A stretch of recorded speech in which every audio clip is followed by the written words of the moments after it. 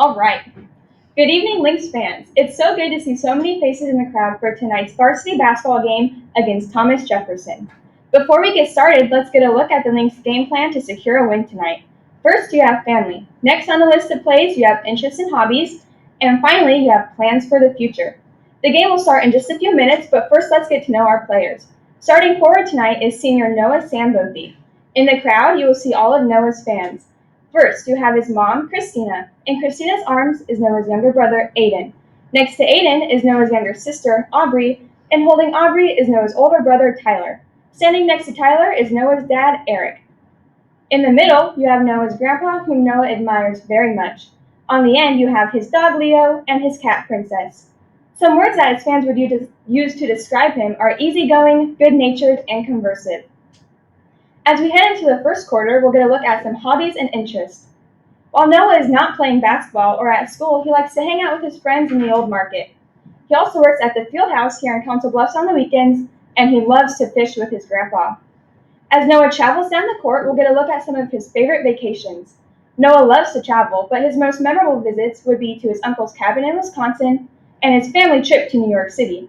Although Noah has traveled a lot, he would still like to take a trip to Greece, Germany, and France. As we head into the second quarter, we'll get a look at some interesting facts about Noah that you may not know.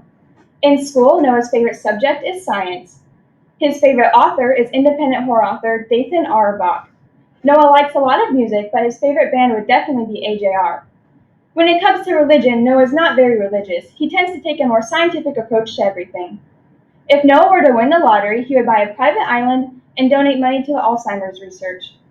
His favorite quote is by Michael Scott, of course, "May your hats fly as high as your dreams." And finally, if Noah were to meet any celebrity, it would be Freddie Mercury, because he's a music icon and from what Noah heard, he's a very funny guy.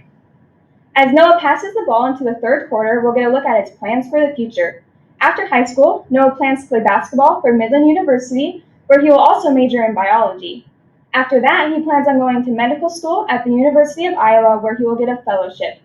After college, Noah will live wherever pays him the most. He doesn't have much of a preference as long as it's not North or South Dakota. When Noah is ready to settle down, he wants a wife and 2 kids, 1 boy and 1 girl. He plans to support his family by having a job in the medical examiner field.